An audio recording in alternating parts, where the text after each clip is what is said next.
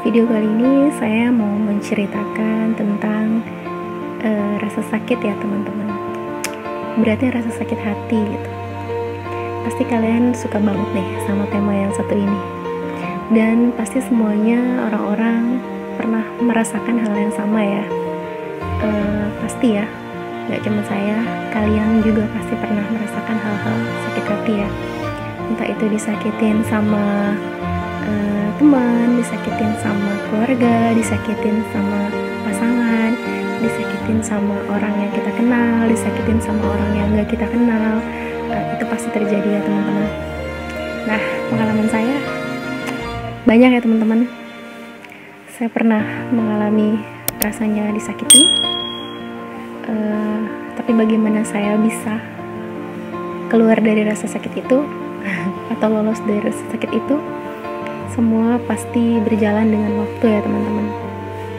Sebelumnya bagi kalian yang sudah subscribe, saya ucapkan terima kasih. Semoga kalian selalu diberi berkah oleh Allah Subhanahu wa Ta'ala. Dan yang belum subscribe, silakan klik subscribe-nya dan tombol loncengnya untuk mendapatkan notifikasi video terbaru dari saya. Dan kalau kalian ada testimoni atau komentar, boleh silakan komentar lewat IG saya atau WA saya atau email saya, atau komen di bawah juga terserah, silakan. Saya mau cerita soal sakit hati teman-teman. Tapi nggak cuma sakit hati juga sih, sakit di badan juga. Saya pernah ngalamin sakit di badan, di bagian pergelangan kaki saya waktu itu. Itu sakit banget. Buat dibawa jalan aja tuh rasanya susah. Nah ini untuk cerita yang sakit di badan dulu ya. Buat yang di pergelangan kaki, buat di pergelangan kaki itu dibuat jalan tuh susah teman-teman. Itu sakit banget gitu ya.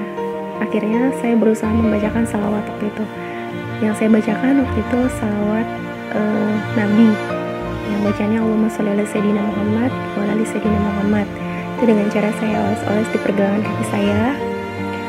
Setelah kurang lebih setengah jam, entah kenapa ya, mungkin memang udah kehendak Allah gitu ya, itu rasa sakit yang saya rasakan, yang sakitnya nauzubillah, itu bisa sembuh dalam waktu setengah jam dengan sholawat. Nah, saya juga pernah juga nih ngalamin rasa sakit kepala yang benar-benar sakit, yang itu rasanya udah mau muntah, mau mual, dan itu dalam posisi saya bawa motor dalam kendaraan. Itu mau berhenti juga udah tanggung, mau minum obat juga takut ngantuk ya teman-teman. Akhirnya saya membacakan salawat. Saya baca juga salawat Nabi, Allahumma sholli ala sayyidina Muhammad, Allahumma sholli ala sayyidina Muhammad sebanyak-banyaknya. Dan alhamdulillah, setengah perjalanan, sakit kepala saya perlahan-lahan hilang. Dengan meyakinkan diri, dengan meyakinkan bahwa Allah akan menurunkan rahmatnya, Allah akan menurunkan kehendaknya agar sakit kepala saya hilang gitu. Karena saya waktu itu dalam keadaan bawa motor ya teman-teman, untuk berhenti aja sulit gitu. Akhirnya alhamdulillah sakitnya hilang teman-teman. Itu sakit yang di badan yang saya rasakan ya gitu ya. Nah kalau untuk sakit hati, saya pernah disakiti teman-teman. Jadi bukan berarti hidup saya tenang-tenang saja, hidup saya antang-antang saja, hidup saya nggak ada masalah. Itu salah teman-teman. Justru karena saya begini, memotivasi dan termotivasi dari sebuah masalah yang saya tidak pernah rencanakan, dan saya tidak pernah tahu masalah itu akan datang, dan saya juga tidak pernah tahu kalau orang akan menyakiti saya. Itu sangat sulit teman-teman. Di saat saya ikhlas, di saat saya benar-benar mengharapkan ridha Allah, di saat saya benar-benar menyayangi, di saat saya benar-benar membutuhkan, di saat saya benar-benar butuh sandaran, tiba-tiba saya disakiti. Atau mungkin ada sedikit penghinaan gitu buat saya. Awalnya saya menangis, awalnya saya menjerit, awalnya saya tidak bisa makan, saya labil, saya goyah, saya kesulitan untuk melanjutkan hidup. Tapi Allah menuntun saya melalui jalannya. Allah menuntun saya melalui perantara-perantara yang Allah tunjukkan ke saya dan Allah tentukan ke saya, yang akhirnya saya termotivasi dari sebuah video YouTube di channel Ustadz Yusuf Mansur dan Habib Novel Alaidrus, karena di situ waktu itu saya benar-benar sedang mencari obat bagaimana menghilangkan rasa sakit di hati saya. Akhirnya saya menemukan sholawat. Sholawat itu bisa mengobati kegundahan hati ya teman-teman. Dan itu akhirnya saya praktekkan. Alhamdulillah semuanya bisa, semuanya berjalan lancar, semuanya baik. Selain itu saya mencari testimoni yang lain ya teman-teman. Benar gak sih nih ini tuh bisa ngilangin rasa sakit gitu di hati? Benar gak sih ini bisa bikin tenang gitu? Dan alhamdulillah akhirnya setelah saya lihat-lihat, saya baca, saya pelajari, dan saya praktekkan, dan itu ternyata bisa teman-teman. Dengan selawat hati kita jadi tenang, hati kita terobati, hati kita merasa lebih santai, lebih damai gitu ya teman-teman. Kalau untuk sakit di badan itu biasanya kita bisa bacain salawat tibil qulub ya teman-teman. Nah di pandemi corona seperti ini banyak tuh yang baca salawat tibil qulub gitu. Tapi kalau misalnya kalian belum hafal juga boleh sih baca gitu sambil lihat teksnya boleh, atau dihafalin lebih bagus. Tapi kalau mau baca salawat-salawat yang lain juga gak apa-apa sih, boleh, terserah gitu. Yang penting intinya salawat, karena semua salawat itu mengandung syafaat. Nah kalau untuk sakit hati itu ada satu salawat yang bagus banget ya teman-teman, itu salawat asgil namanya.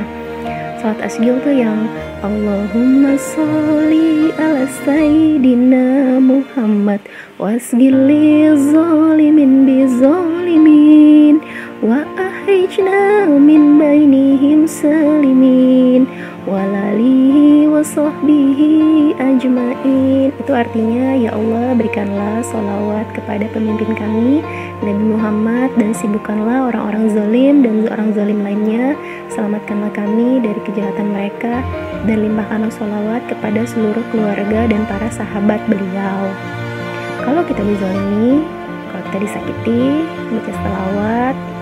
Kalau mau sholawat asgil silakan, itu bagus banget, artinya juga bagus banget ya teman-teman ya, tentang bagaimana orang-orang yang dizalimi. Kalau kita bacaan sholawat itu, dia akan sibuk menzalimi orang lain lagi, jadi dia melupakan kezalimannya pada kita gitu. Jadi sedikit demi sedikit hidup kita tenang. Nah bagaimana caranya untuk mengatasi orang-orang yang zalim kepada kita? Jangan pernah sekali-kali mendoakan mereka yang buruk-buruk. Doakanlah mereka yang baik-baik.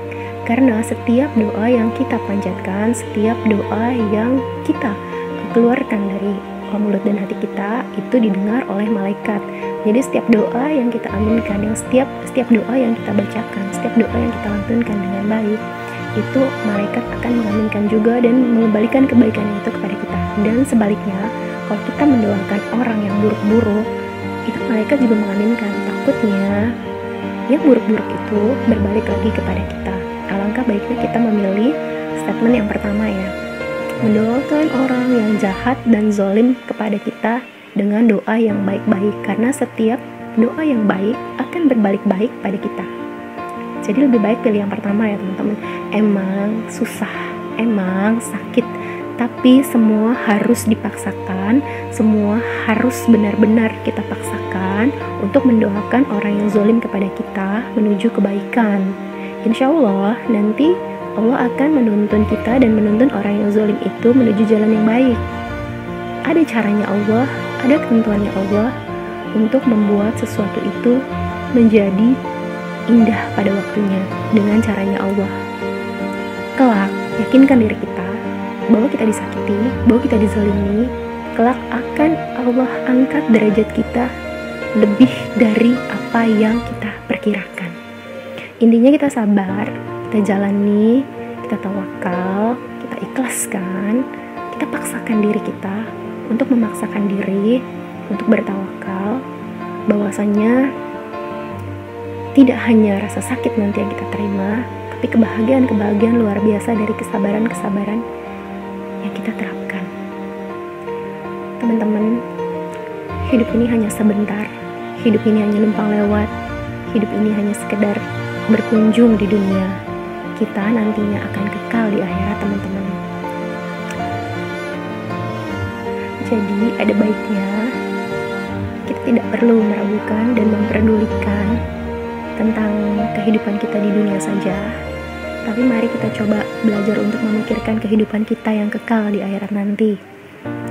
Insya Allah, kalau kita pelan-pelan berhijrah, pelan-pelan berbuat baik, dan hasilnya akan baik. Kita berdoa supaya kita dilimpahkan maghfirah oleh Allah, ditenangkan jalan kita, diikhlaskan hati kita, disembuhkan rasa sakit kita,